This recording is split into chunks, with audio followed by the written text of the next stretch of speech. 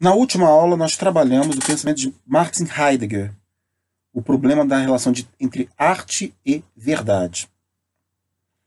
Foi a primeira parte da aula. Hoje é a segunda parte da aula, a segunda aula correspondente à mesma matéria, fechando a matéria. Bem, vamos começar relembrando o que foi falado na última aula. Na última aula, nós mostramos que Heidegger, que é um filósofo nascido em 1889, falecido em 1976, eu já era vivo quando Heidegger morreu. É tido como talvez o maior pensador do século XX. A questão central do pensamento do Heidegger é a questão do ser. O problema central da filosofia heideggeriana é a questão da ontologia. Segundo Heidegger, o pensamento ocidental ele conservou a ontologia e, ao mesmo tempo, nessa conservação, houve um esquecimento das suas reais raízes. O problema do que é ser. A famosa diferença que Heidegger faz entre ser e ente.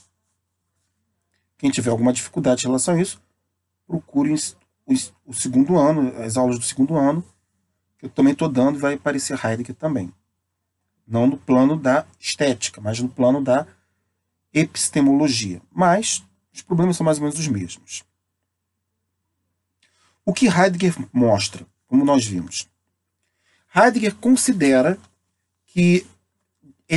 diferente de Nietzsche. Nós vimos que em Nietzsche, Nietzsche entende que a arte constitui a sua melhor expressão numa pulsão da natureza não correspondente à noção correspondencionalista da verdade.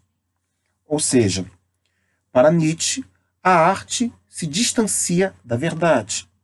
A arte, até em certa medida, se opõe à verdade. Porque a arte entende-se como o dionisíaco, a pulsão da instabilidade, a pulsão da caoticidade, em certa medida, a pulsão que leva em conta a ebriedade, que leva em conta a instabilidade. Mas, ao mesmo tempo, ela é pulsão criadora e imaginativa. Por outro lado, há uma outra pulsão da natureza, que é o apolíneo. O apolíneo, segundo Nietzsche, foi a marca fundamental de toda a filosofia ocidental e da ciência ocidental. Em certa medida, até do cristianismo, é o apolíneo que faz jus. É o discurso racional, da sobriedade, da estabilidade, da verticalidade, da ordem. Mas, ao mesmo tempo, um discurso ao mesmo tempo, um tipo de pulsão que não produz em si, a partir de si mesma, a criação artística, o espírito criador. Portanto, para Nietzsche está em jogo a arte expressa, assim como a filosofia, uma fisiologia, um modo operante de um corpo saber comungar apolíneo e dionisíaco, não havendo a negação nem de um nem do outro. Mas Nietzsche, em certa medida, preza o dionisíaco como uma área, uma zona da mente humana, uma zona do comportamento, uma zona da natureza, uma zona obscura da natureza, poderia até dizer nesses termos, esquecida, denegada, relegada a segundo plano, domada pelo discurso ocidental. O que então vai dizer Heidegger? Olha, a verdade não se opõe à arte. Pelo contrário, há uma verdade na arte. E essa verdade na arte é porque verdade constitui essência. É, portanto, necessário perguntar a essência da arte. Por isso o título, A Origem da Obra de Arte. Quando Heidegger está falando da origem, que é a sua obra, é o seu livro que ele fala do problema da essência da arte, ele fala da origem, está perguntando sobre a Wesen. Ou seja, está perguntando sobre Wesen, sobre a essência. E a essência diz respeito ao ser que constitui o ser da arte e o ser que constitui a essência da arte. Entendido a essência, segundo Heidegger, eu entenderei eu constituo uma noção, um princípio ordenador não apenas da arte, na obra de arte, mas também operante naquele que experimenta a arte e naquele que cria a arte. Digamos que em Kant é apenas um diagrama que eu estou fazendo, um esquema, não necessariamente tão que pode ser refutado, apresentado, pode ser minimamente pode vir a ser refutado, mas eu apresento como um esquema o seguinte: enquanto que Kant ele está pensando a arte principalmente a partir do observador, do espectador, porque a analítica, a crítica da faculdade de julgar se declina sobre o belo e o sublime, é aquele que nota o belo e o sublime, portanto, principalmente levando em conta a mente daquele que observa, do espectador. Nietzsche, por outro lado, está pensando a arte, assim como Schopenhauer também, está pensando a arte a partir do sujeito que cria, do criador, do artista. Hegel, por pensar a história da arte, pensa não a partir nem do artista, nem do observador, mas a partir da própria obra. O que Heidegger está dizendo é preciso pensar a essência da arte que atravessa esses três componentes que constituem a experiência estética. Ok? Vimos nesse caso que, segundo Heidegger,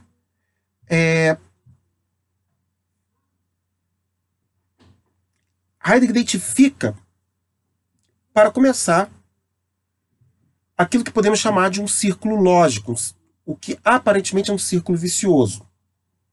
O que nós chamamos de um círculo vicioso? Um círculo vicioso é um círculo no qual um objeto explica outro, mas esse mesmo objeto ele serve de resposta para o primeiro. Quem explica quem? Isso é um círculo vicioso, é um círculo lógico vicioso. Heidegger diz que a fenomenologia que ele se propõe, ou seja, que a analítica que ele se propõe de estudo, ela cai sempre no círculo vicioso, sim. Porque não há como você operar de forma efetiva, ou de forma eficiente. O que eu quero chamar de eficiente? A partir de um princípio causal a um elemento que produz o outro, sem que haja um retrocesso deste que está sendo explicado, como também explicação para o que o explicou. Quer dizer, isso é impossível. É um círculo vicioso inerente. Por que um círculo vicioso inerente? Porque aqui a experiência ela aponta para a essência da arte, e a essência da arte ela é que vigora, ela que valida a própria experiência. Isso não é um círculo vicioso. Quer dizer, o originário sempre envolve essa relação truncada. Portanto, pensar uma causa, fazer uso do princípio da causa eficiente, da razão suficiente, é uma besteira. Não há como você pensar o originário a partir de uma causalidade estrita. Muito bem. Também falamos que Heidegger ele vai começar a pensar o problema tentando dirimir, tentando distinguir três termos. Ele diz, quando lidamos com os objetos, nós o lidamos de três maneiras. Ora o lidamos como coisa, ora o lidamos como ferramenta, ora o lidamos como obra. Em termos ontológicos, um objeto enquanto coisa não é um objeto enquanto ferramenta. Um objeto enquanto ferramenta e coisa não é um objeto enquanto obra. Coisa, ferramenta e obra são formas de lidar com objetos, formas distintas de lidar com objetos. Palavra coisa em alemão, Ding. Palavra ferramenta em alemão, Zeug. Também pode ser traduzido como instrumento ou órgão. A palavra obra, Werk. O ergon, né, dos gregos. Ding, Zeug, Werk. Coisa, ferramenta e obra. Quando o objeto é lidado como coisa, é a maneira como geralmente a ciência estrita lida, como uma coisa, como algo que é tido em si mesmo. Tudo bem? Quando um objeto é ontológica, quando nós lidamos com o objeto enquanto ferramenta. No caso da ferramenta, há uma confiabilidade. A ferramenta é um objeto que está a serviço de uma função, a serviço de uma utilidade. Nesse sentido, a sua estrutura ontológica, a sua existência, ela é apagada em nome da utilidade. É o que Heidegger diz de confiabilidade e esquecimento. Ou seja, eu confio de tal modo no objeto que eu esqueço dele. Quando eu pego um livro para ler,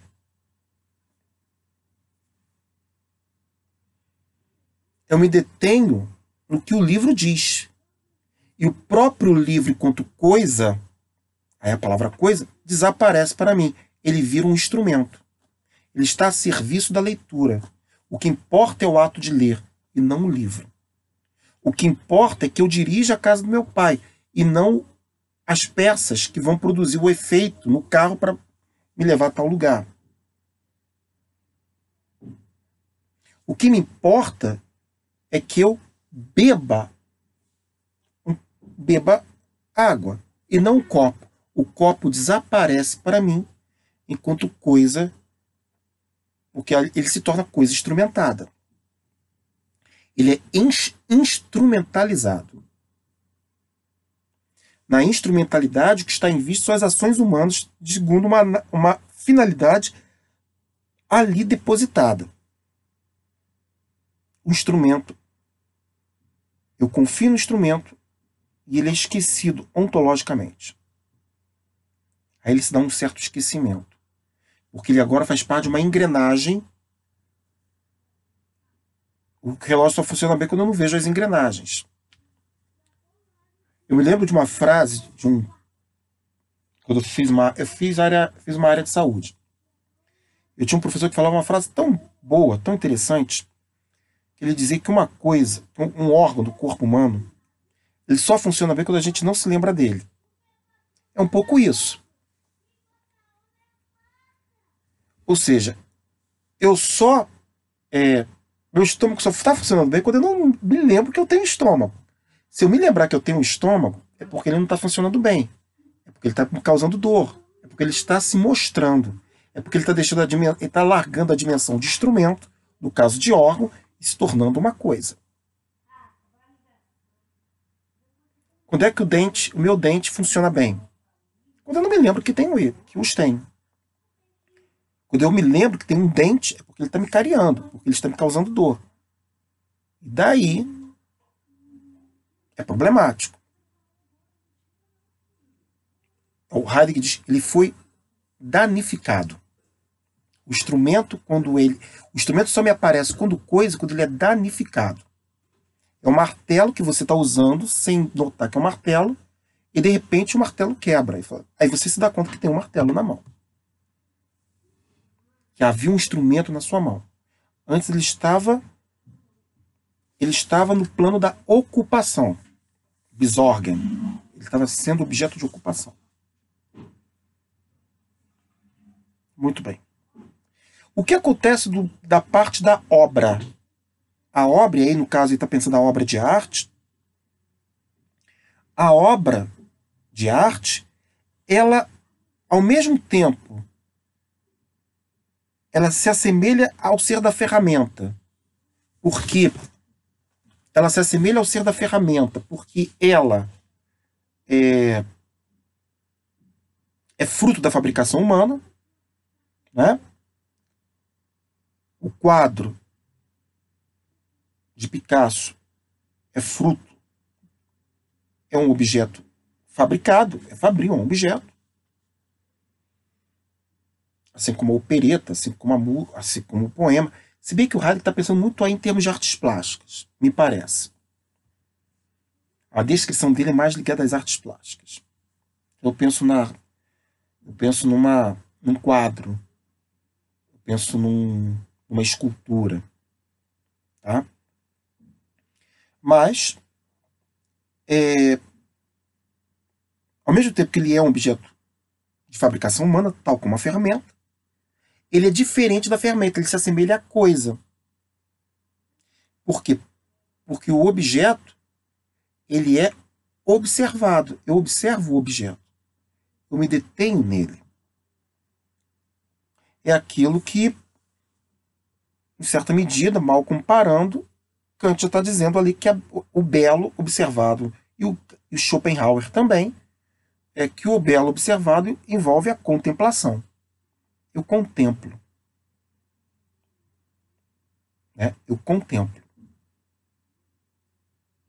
Há uma experiência contemplativa do objeto.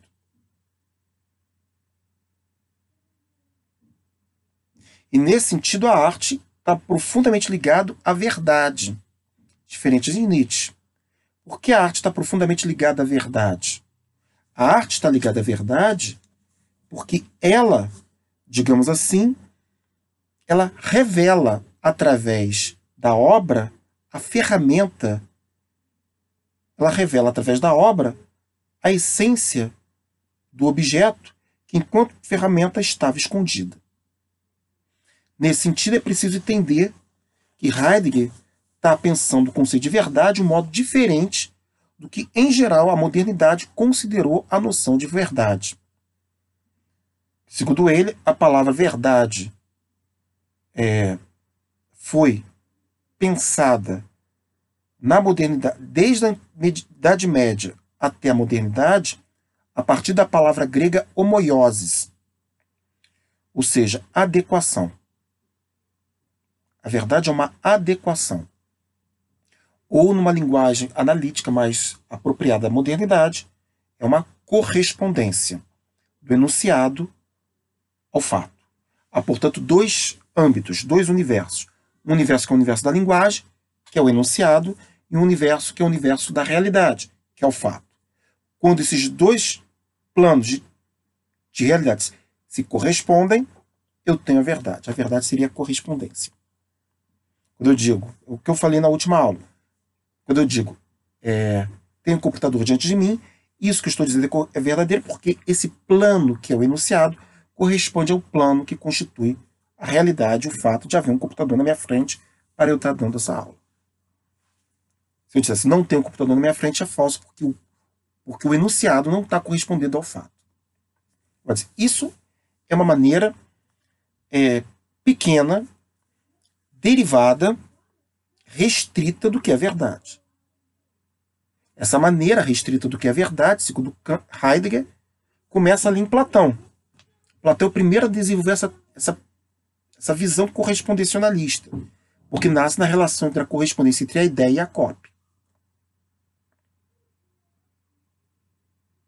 Mas, segundo Heidegger, o conceito de verdade dos antigos, dos mais antigos que os clássicos, né? A gente já sabe que Platão é antigo, é da antiguidade, século IV a.C., mas anterior ao próprio Platão, que são os pré-socráticos, quer dizer, a verdade ali não era tratada como correspondência, era tratada não como homoioses, era tratada como aletheia.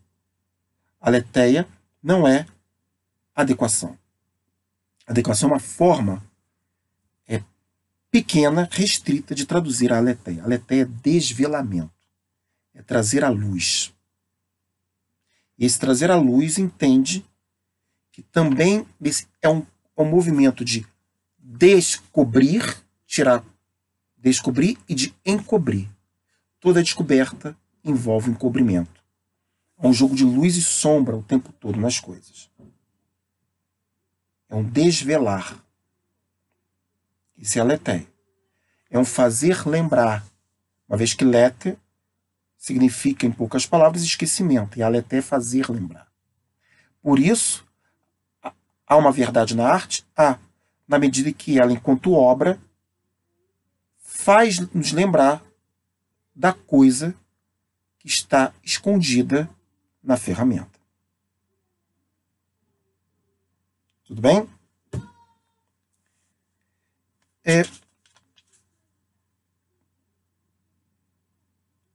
Dando prosseguimento. Heidegger começa, agora a gente vai... Agora, até aí a gente chega a um ponto sobre o que é arte. Mas aí Heidegger vai dar a volta do parafuso. Vai dar mais uma voltazinha do parafuso e vai mostrar que até a arte atual dos museus, quando eu pego o objeto de arte e jogo nos museus, né, reduzo a descoberta da coisa ao ato da exposição, porque é isso que o museu faz, o que o museu propõe é uma exposição de peças. E quando eu reduzo a arte a uma exposição, eu estou literalmente restringindo o papel da arte também.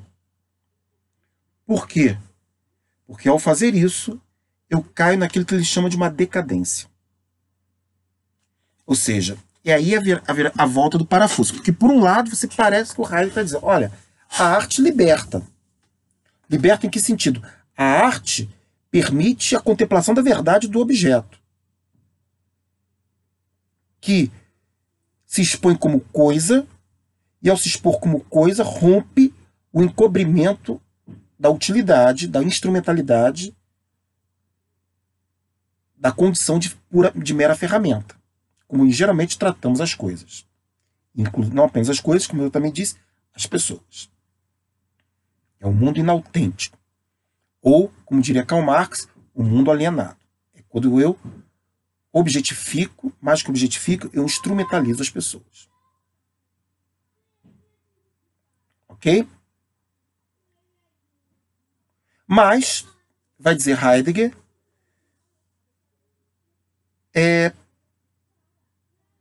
ao fazer isso, eu ainda estou rebaixando a obra de arte ao nível do objeto. Eu estou rebaixando a obra de arte ao nível do objeto. Eu ainda estou reduzindo esse valor. E ele diz, é diferente quando a obra de arte se encontra, por exemplo, num templo. A palavra contemplação tem a ver com a palavra templo. O contemplar não é apenas observar, como se dá numa exposição no museu. O contemplar é também dignificar, glorificar. Ou seja, uma coisa é uma peça. Pense numa peça de arte que antes se encontrava numa igreja católica medieval e agora se encontra no museu como peças de exposição de uma arte produzida no século XIII. Essa peça mostrada no século XIII é uma peça em que nós admiramos enquanto criação humana. Ela está exposta.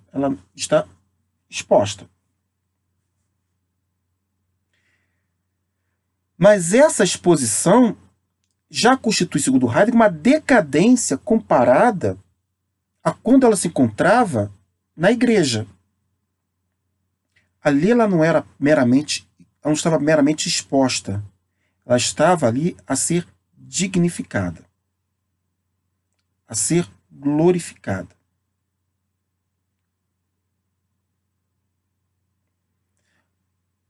Exemplo. A gente sabe que, por exemplo, no caso, o protestantismo, ele não cultua, ele nega a idolatria. Mas não é por acaso que o protestantismo está profundamente ligado à Idade Moderna. Surge na Idade Moderna e tem muito espírito da modernidade, que, segundo Heidegger, já é um espírito extremamente decadente, em que a gente perde o real sentido das coisas.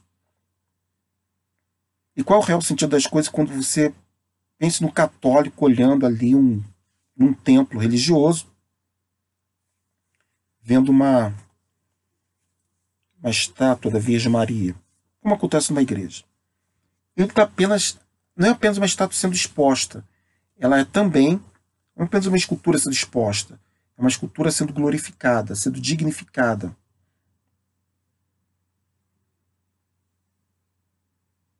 tá? Sendo, portanto, segundo Heidegger, verdadeiramente contemplada, no sentido de ela está sob a dimensão de um templo.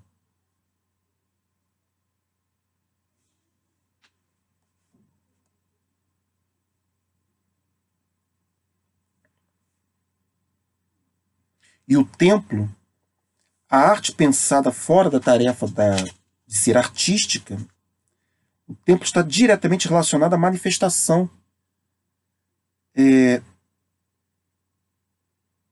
um mundo. Ou seja, a obra de arte exposta, ela é a apresentação de um mundo.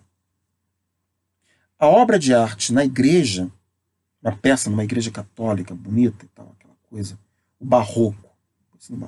Eu não estou apenas ligado a uma expressão de um objeto. Eu estou em conexão com o próprio mundo. É um mundo que se revela, um mundo católico que se revela diante de mim. Eu sempre me lembro de uma experiência que eu tive muito particular, quando eu fui a Congonhas. E eu indico a todo mundo ir. Quer ver que ir lá no complexo de Congonhas, onde estão as esculturas, todo o mostruário das peças de Aleijadinho. As peças não estão apenas isoladas em si mesmas. Os 12 profetas não estão ali isolados em si mesmos. A Via Crucis que te leva até ela não está isolada em si mesma. Ela está em conexão com toda a realidade. Ela está em conexão com o fato de estarmos num lugar que está a certa altura, a certa altitude de Minas Gerais, no qual você tem uma certa visão do pôr do sol e do nascer do sol. É uma conexão real da coisa com outras coisas. Claro, esse palavreado do Heidegger vai influenciar muito, inclusive, a arte moderna, eu acho. Porque quando você começa a ter arte que pensam não apenas a obra como objeto para ser observado, mas para ser experimentado, e aí você tem uma obra que não é apenas visual, mas sonora. Vou dar um exemplo muito simples. Eu vi uma peça em Brumadinho, o famoso Museu de Inhotim, que você entrava, era um lugar fechado, era uma sala imensa, de uns 300 metros quadrados, você tem uma experiência sinestésica, estésica, de experiência sensorial muito forte, de um ambiente amplo, né, o sublime matemático, como diria Kant. E você tem diversos alto-falantes conectados em vários lugares. E você fica no centro dali, você ouve todas aquelas vozes chegando de uma vez só. Ou seja, você consegue captar o som no sentido mais estéreo possível. Como se o som ocupasse, não viesse de um lado, ele viesse do mundo. Né? Viesse de todos os cantos. Né? Em certa medida, o que o Heidegger está falando olha, tem uma experiência. A obra de arte desconectada do museu como pura exposição, ele tem uma dignidade, uma glorificação no templo, quanto arte contemplatória, arte contemplativa, melhor dizendo, que é própria. Que não é tão decadente quanto aquilo que nós vivenciamos. Que vai dizer, o século XX é um século também de decadência. Aquilo que, por um lado, revela, desvela, encobre. O encobrimento não é um encobrimento simplesmente no sentido de não contar. É um encobrimento de não vivenciar mais. Isso que é incrível do Heidegger. Heidegger está dizendo, olha, nós esquecemos, nós somos enganados não porque ninguém nos conta. Somos enganados porque nós não vivemos mais. Nós não vivenciamos mais aquilo. E ao não vivenciar, nós esquecemos dessa experiência originária, que é a relação artística com a religião. O Heidegger faz o caminho de volta. No fundo é isso que ele está fazendo. Ele está fazendo o trajeto de volta. Ele fala de origem a origem mesmo. Como se deve ser esse momento primeiro em que arte e técnica eram a mesma coisa. Ele está novamente retornando, dizendo que o artista tem que ser um tecnitês. Ou seja, o artista ele é um técnico. Arte e técnica significam a mesma coisa no grego. Arte e técnica significam a mesma coisa no romano. A gente viu isso no início. Ele está querendo voltar a esse início. Vou usar esse começo de tudo. Esse de volta ao começo, pegando aqui a letra, o título da música do querido Gonzaguinha. Né? Essa volta ao começo. Esse recomeço.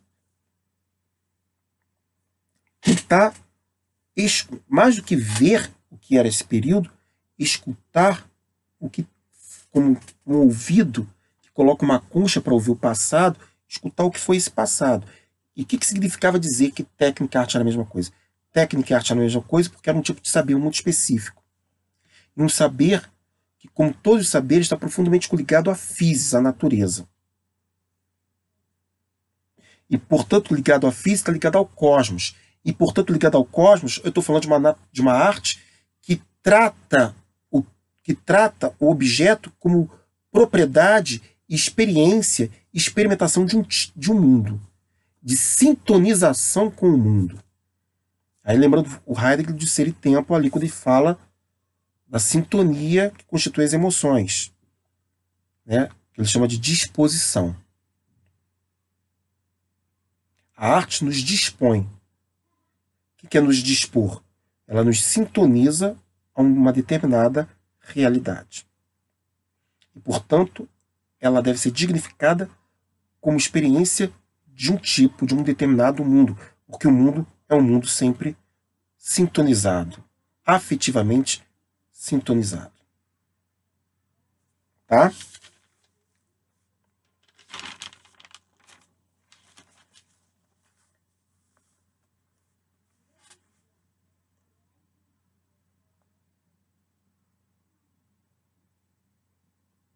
A arte salvaguardaria, portanto, a verdade em seu sentido mais originário, mas não como correspondência, mas antes como desvelamento, aletheia. Uma vez que essa a arte nos salvaguarda, né, ela é, portanto, também uma salvaguarda do ser. Ela também aponta para uma experiência mais originária com o ser, particularmente pelo fato de a arte ser uma linguagem, e ser uma linguagem eminentemente poética. E daí Heidegger nos lembra que techne significa como nós vimos. Techne significa como nós vimos. Um tipo de produção humana ligada à physis, e techne, enquanto produção, é poiesis. E poiesis deu origem à palavra poesia. Heidegger vai defender com unhas e dentes, nesse sentido ele está se colocando contrário a ninguém menos que Platão, em afirmar que a arte mais nobre de todas é a poesia. É a poesia porque a linguagem é revelação do ser, revelação da nossa relação com as coisas, e quanto revelação das nossas relações com as coisas, é revelação de um mundo. A poesia seria, portanto, a linguagem primária do pensamento, revelação do que é em si mesmo pensar. Heidegger usa uma frase muito bonita de um poeta chamado Hölderlin. Ele vai fazer várias vezes, vai analisar essa frase. Hölderlin tem um verso que diz: poeticamente, o homem habita a terra. Repito. Poeticamente, o homem habita a terra. Habitar a terra é habitar um cosmos. Habitar poeticamente é o que nós chamaríamos hoje de habitar artisticamente. Produzir-se conforme uma determinada poesia, uma determinada forma de produção. A arte poética não é uma atividade pragmática, para começar. não se vive de poesia. Ela é, portanto, fundada não na obrigatoriedade, ela não é fundada nem na obrigatoriedade, nem em nome de uma remuneração. Ela é fundada pelo gratuito. Qualquer um que começa a escrever poesia, escreve gratuitamente, como uma expressão do mundo. E como a forma mais originária como o homem habita este mundo. Ele habita poeticamente.